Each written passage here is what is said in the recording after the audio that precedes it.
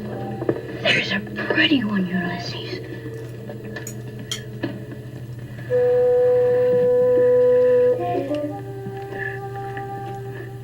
There it is. Well, Mikiko is back and she's joining us today from a very Black background in Ireland. Welcome back, Mikiko. Thank you for having me. We are here to talk about a chunky bugger of a new Canadian novel by Anne-Marie MacDonald called not Fame, but Fayne. Fayne. Yes. You have read it. I know sometimes you reread books for bite-sized book chats, which is you're the only guest I've ever had do that. I don't imagine you reread Fayne, did you? I didn't reread this one. It was just a bit too long. How many pages is it? I think the paperback is over 700. So it's like 720-ish, I think. So please tell us about Fayne. Well, Fayne, the title is the name of property. It's the home of the protagonist, Miss Charlotte Bell. And you're following her and her father who live on this estate that's on the border between England and Scotland. And it's basically, well, I mean, to be honest, I didn't read much of the plot before I requested it because it was a request from the publisher. But I just love Anne-Marie MacDonald. So I was like, yeah, please just send it to me. Didn't look at the publishing date, nothing. So I didn't know too much going in, except that it was just about this girl and her father and her life living in this kind of a little bit of a rundown estate that her father owns. And so I just thought I was reading about her. And then all of a sudden, the first part ended on this kind of weird note, and we're thrown back in time. And I was like, wait, this isn't what I thought I was reading. And what you end up with is her parents' history, how they met, the story of her older brother who dies when he's 2. That's not a spoiler. That's pretty much known within the first few chapters. And then you're kind of taken through her parents' lives and then how her brother passes away and, how she comes to be. You learn about all of the people in her parents' lives. And yeah, it's really interesting. It is a very long family, not a huge family saga, but you definitely learn about her parents' lives. It was pretty interesting in that sense, but that's not what drew me to the book. What drew me to the book was that it's written by Anne-Marie MacDonald. So what is the setting in terms of in time and place? So it's I think actually, I had to write it down because I couldn't remember. It's the late 19th century. They're on a moor and it's quite boggy. So you get a lot of atmosphere. And I think that's what I really enjoyed, that So Anne-Marie. we're talking UK then, right? Yes. Yeah. So the Fayne is the name of the estate and it's located on the border between Scotland and England.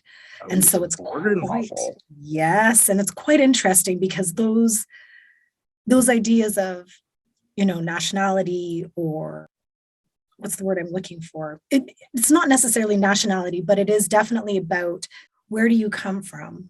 Who are your people? and those kinds of issues. When you definitely see tensions among different nationalities. So there are definitely tensions among the Irish characters, American characters, English characters, who are kind of lumped in with the Scottish characters. So the most present part of the story, focusing on the daughter, Charlotte, is her name Charlotte? Yes. Is the late 19th century. And so then when it jumps back in time, it would go back maybe to the mid 19th century? Yes. Yep. Something like that. Okay. Yep.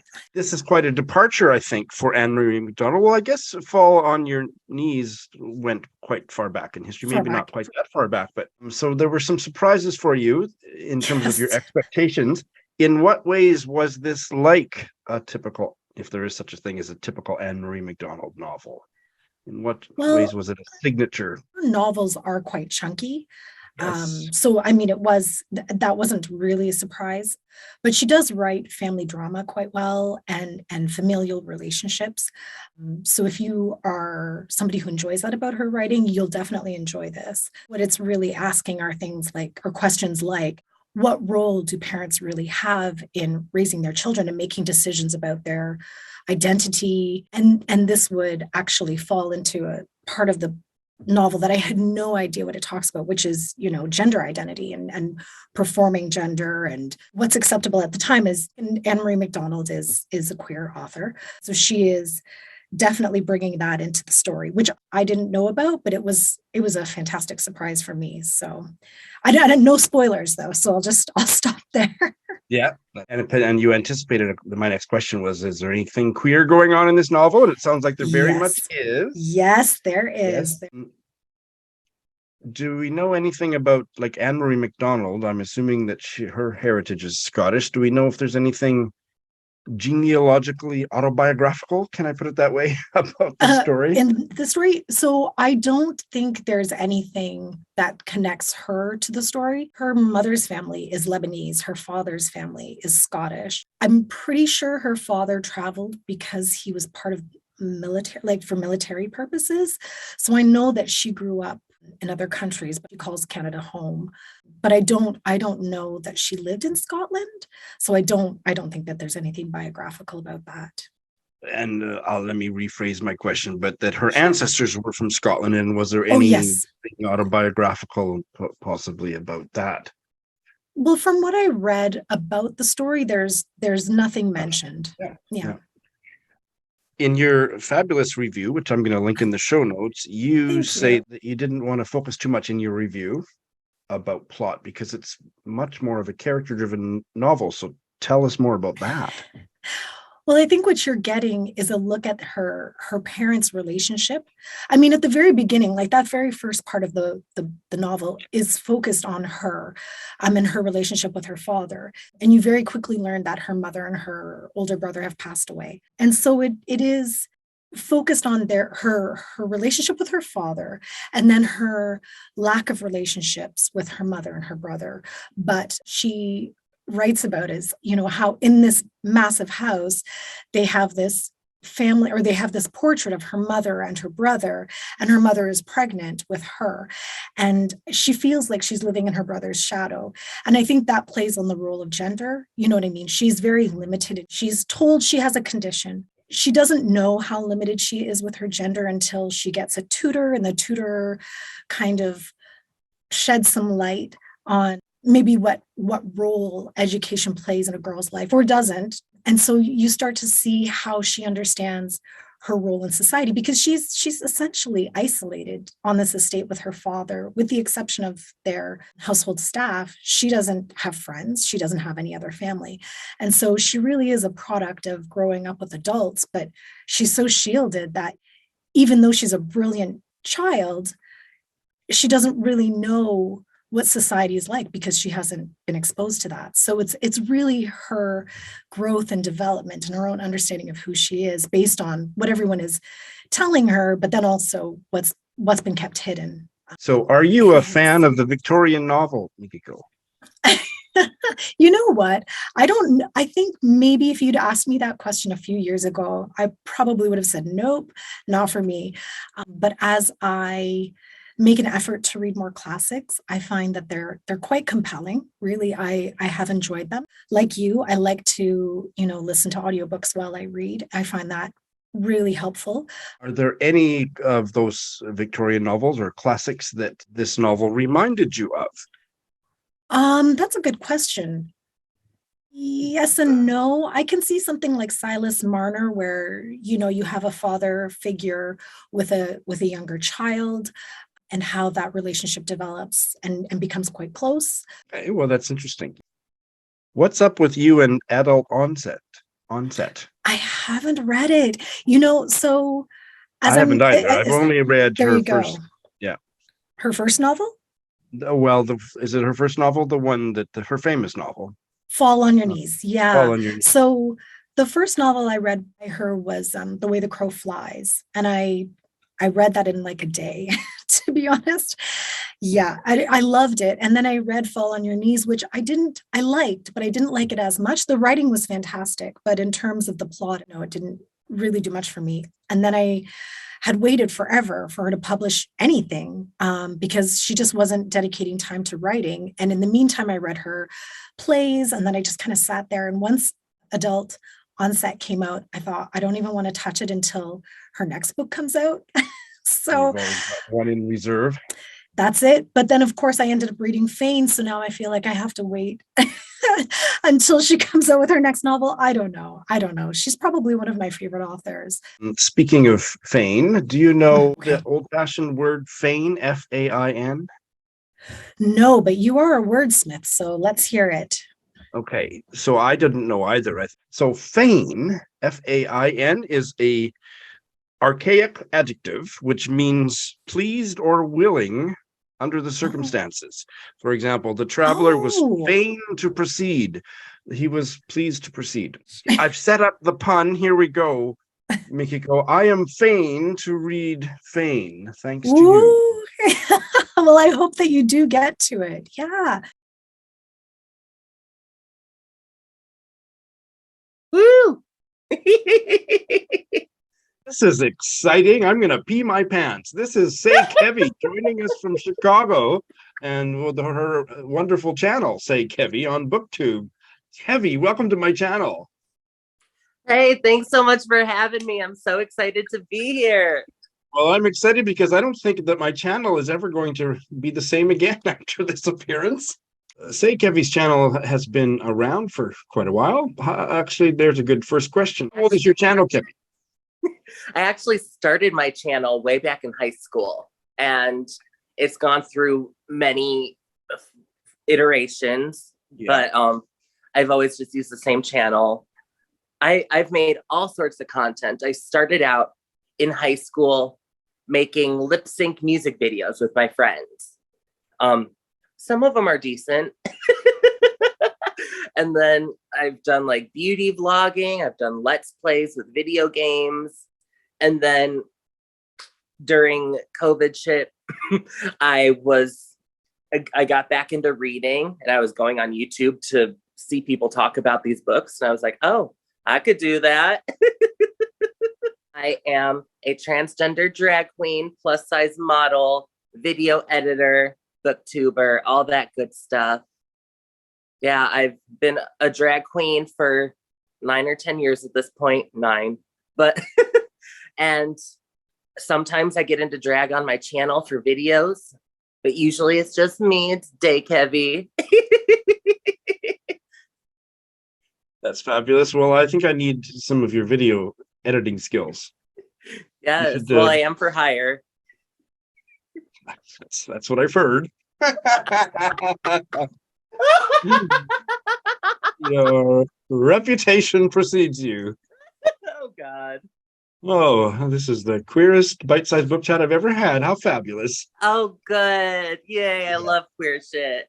And I think you found my channel somewhat recently as well. Certainly, quite recently, you've been leaving me lots of fabulous comments. Because of all that contact, we're here today to talk about, didn't you say this is your favorite book of all time or your top read of last year or something? It is one of my all-time favorite trans novels. All right. And it is called Little Blue Encyclopedia by Hazel Jane Plante. So please tell us about this book. Okay.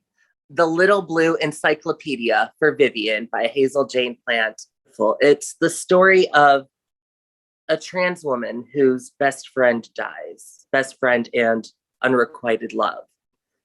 And in order to process her grief, she decides to write an encyclopedia of their favorite TV show.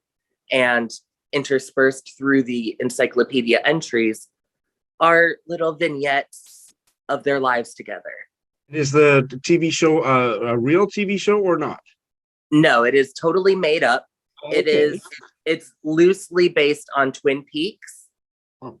So it's a very weird show with a lot of things that don't make sense, like one of the characters being named Tycho Brahe and only speaking Dutch, so nobody knows if it's actually Tycho Brahe from back in the day or just someone with the same name. The main character is a queer trans woman, right? Correct, yeah. And her friend who has passed away, it was a straight trans woman. Correct, yes. That would have influenced the unrequitedness of the attraction, I guess. Exactly. Who else is in the story? There's a pretty small cast of characters. You've got our protagonist and her brother, the deceased friend, and her sister, and maybe one or two others. Is it a novel that's specifically or mostly about the grieving process? It's layered. There is a lot about the grief, but there's a lot of celebration of the character's life, and also just a lot of stuff about this TV show and all the weird ways those stories connected. Came out in 2019. The author is Canadian, and it's 200 pages. So the structure or the way that it's put together, the form of the novel is quite unique. Yeah, so it is made to be a lot actually like an encyclopedia. So each chapter at the start of it has the letter with the little drawing. And then they have all the characters listed that start with that name. And then when they finish talking about one of the characters, it'll jump into a story about the friend Vivian. Vivian is the name of the friend who has died. Yes. Yeah. Vivian is the friend. How would you describe the tone of this book? It feels very cozy. Like reading it, it's very much like I'm hugging it. Like it feels good when I'm reading it, even though it can be quite sad, but it's also can be pretty funny. And yeah, the show and its weirdness it feels very comfortable and pleasant. The protagonist was always a bit more of the awkward introvert type, while Vivian was a lot more outgoing and bold. And so our protagonist really liked being around her and being able to grow and expand and be more open and outgoing. Did you say you had something that you'd like to share from the reading? Oh, yeah. I thought I could share one of my favorite passages from this book. So we're in the eyes. And she says, while sifting through Viv's belongings with Dot, I opened a small box that contained a couple of bushy tails and several smooth objects, some of them metallic. Whoa, I thought. Viv owned quite a few butt plugs. I wondered how hygienic the ones with tails were. One looked like a red fox tail, and the other looked like a raccoon tail. They looked like real fur, even though I'm sure they were synthetic. They were incredibly cute, and the animal lover in me wanted to touch them, but that would be so strange. The metallic ones were smooth and shiny and also wanted to be touched. It's surreal to see your distorted reflection in your best friend's polished steel butt plug. I wonder how many of these toys were gifts from men she dated. And I wondered how long people have been putting objects in their butts. After putting Viv's butt toys in the pile of things that would go in the trash, I kept expecting to happen upon other sex toys or some porn. I discovered a couple tubes of lube, but that was all. It looked like her collection of sexy objects was focused entirely on her butt. I wasn't sure if I was crossing some invisible line by writing about Viv's butt toys. When I talked to Dot, the sister, she said that her sister would have wanted to be seen for who she was. Viv got to a place where she wasn't embarrassed by her body or by wanting to explore it by herself and with lovers. She wasn't a kink evangelist, but she just wasn't willing to be ashamed. She saw herself as lovable, desirable, and fuckable. I envied her sexual confidence. Oh, that's so lovely. And that last sentence is just perfect. Right? Oh, can you read that last sentence again for me, please? Oh, absolutely. She saw herself as lovable, desirable, and fuckable. I envied her sexual confidence. I want that on a t-shirt. Yes. Oh, that was beautiful. Thank you so much. What a delight to meet you. Thank you so much. Yes, Kevvie. Thank you so much. Thanks for having me on. I'd like to welcome back for his second appearance on Bite Size Book Chats, Reggie from Española, New Mexico. Reggie, welcome back. Hi, Sean. How are you? I'm great. It's good to have you back. Awesome. Thanks for having me. our literary tastes overlap only a certain percentage, so it's taken this long to find a book that you read and liked that I was interested in. I already have a copy of it. It's Pew by Catherine Lacey. You have recently read it and loved it, so tell us all about it. Sure. Just real quick, if I can I give a shout out to Paula? You know her as Centtique from New Zealand. She sent me this book for Christmas, so that's why I read it. And I loved it. And it's basically this person we meet that later becomes known as Pew just needs places to sleep. And one of their favorite places is a church. They wake up one time and they're in the middle of service and they get taken in by this family. And this family gives them something to eat. And then they take them to give them shelter at their house. And as the week progresses, it has this creepy undertone. This novel's not told by Pew, and they call this person Pew because they found them in Pew. Pew is also mute. So Pew doesn't talk, doesn't let them know anything about themselves. And it becomes this point of almost obsession, whether Pew is a boy, Pew is a girl, what color Pew is. And later on, even in the week, there's a party where you find out that not everybody sees Pew the same way. Some people think they are definitely a boy. Some people think they are definitely a girl. Some people think they are darker than other people think. It's very weird. And it's a great trick because you yourself also have a preconceived notion of what Pew presents as you read the book. And I think if you asked other people, they would be very much different than what I think Pew comes across as, which I think is a great trick of the author. But also, it takes place in a small southern town in America. And part of the book is about the hypocrisy of church, per se. But it's told in I think it's told in a lovely way. And it's super readable. When we first meet Pew, she's sleeping at a convenience store. And there's a lady who's the clerk letting her sleep there. See, I say her because I think of Pew as a girl. I was just going to say, yeah. And I should just say they. But anyways, so Pew is there, and the woman, because you don't hear anything from Pew. Pew is just observing everybody who comes across her way. And this woman says, nobody likes to work Sundays, which is great for people to have a day off. But the reason they have the day off isn't so great. And then she says, the best preacher I know isn't a man who stands up in the front of a pulpit wanting people to listen to him and look at him.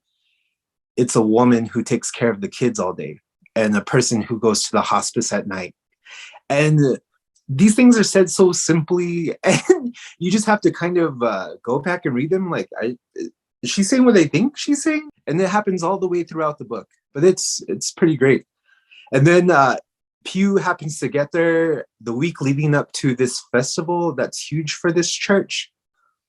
And it's called the Forgiveness Festival.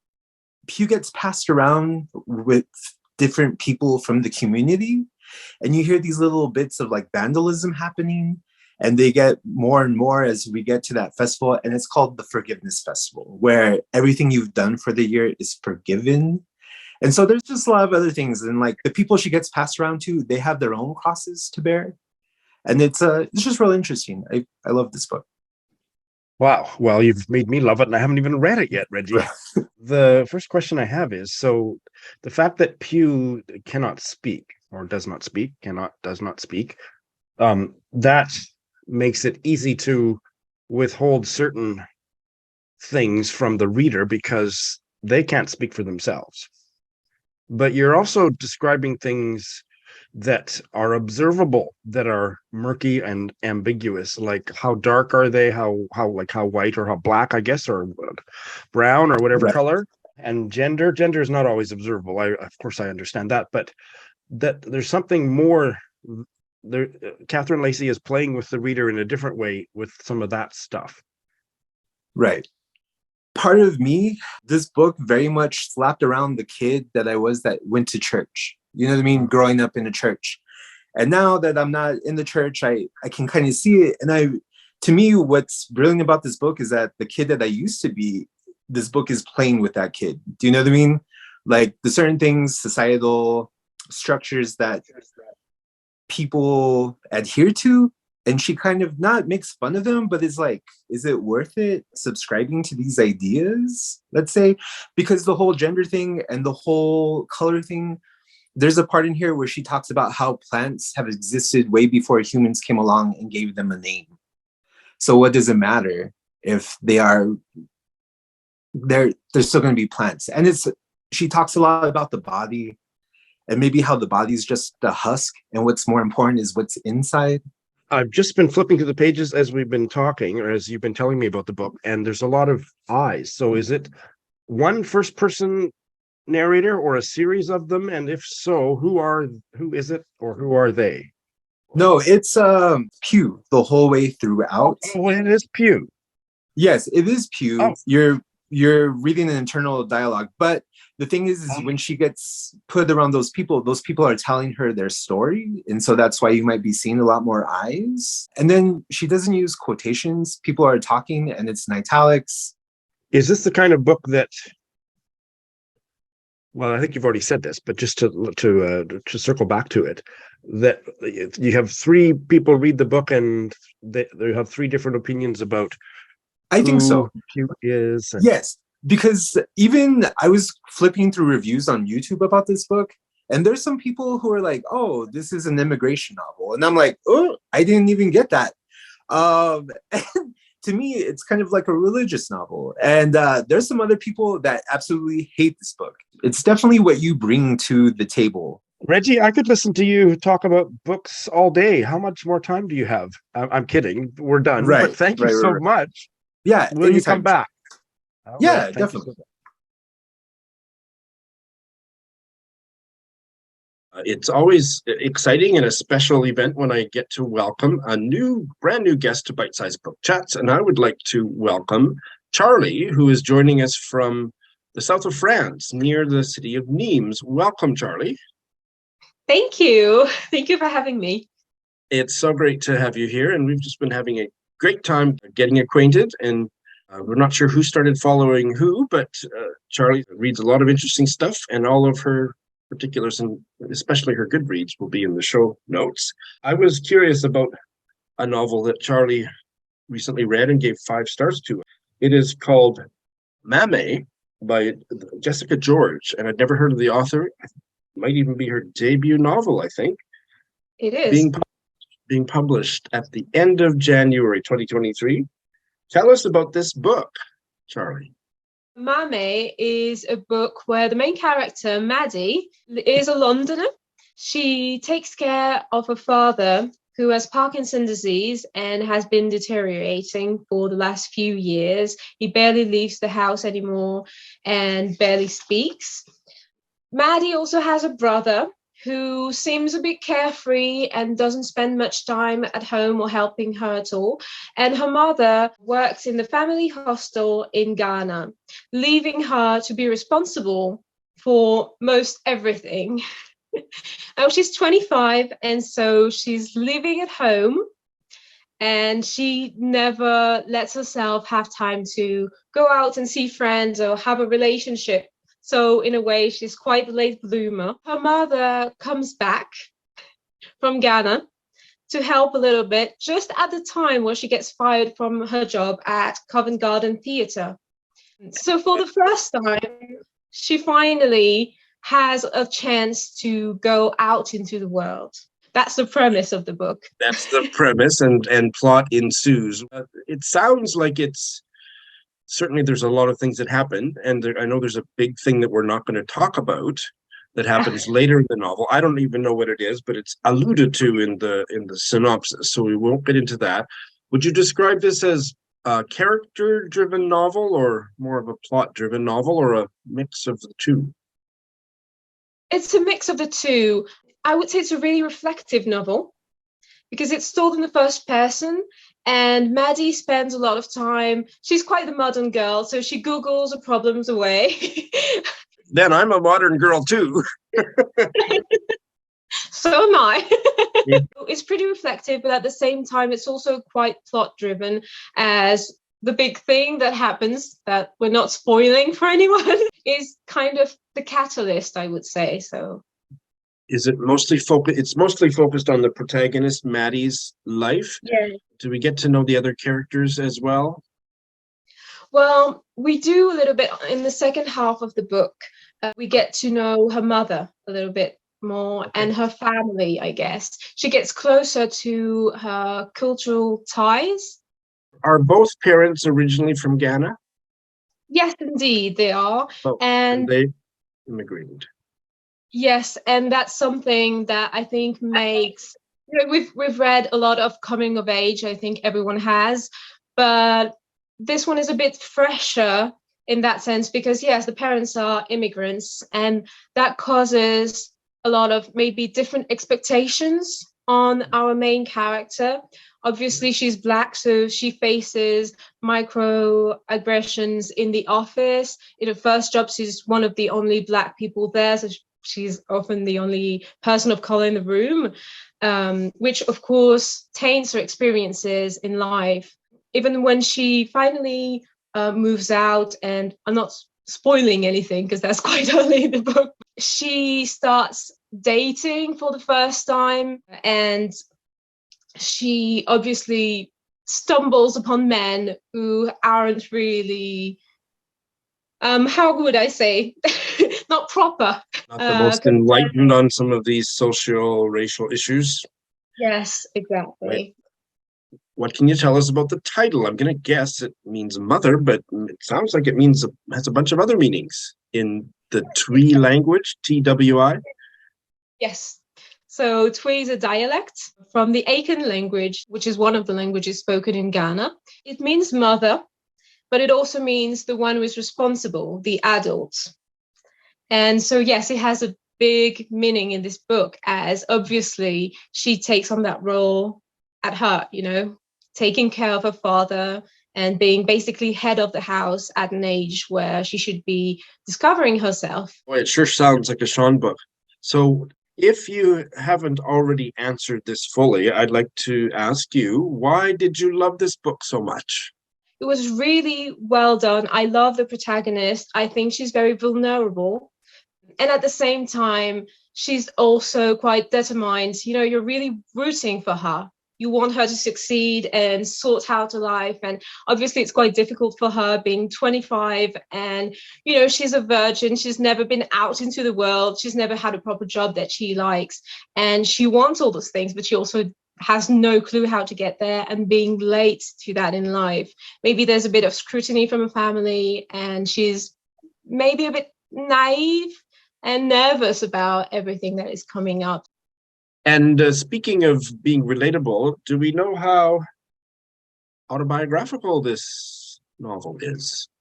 I looked into it because the author is also of Ghanaian origins. She's also a Londoner, raised and born in London. And I can't find anywhere if this is actually autobiographical in some way or not, but I'm guessing she did probably take from her experiences, at least in the workplace, as she has had jobs quite similar to the main character. I'm sold. I will be reading it in early 2023 as well. So thank you for telling us about the book, Charlie. Will you come back? Yes, with great pleasure.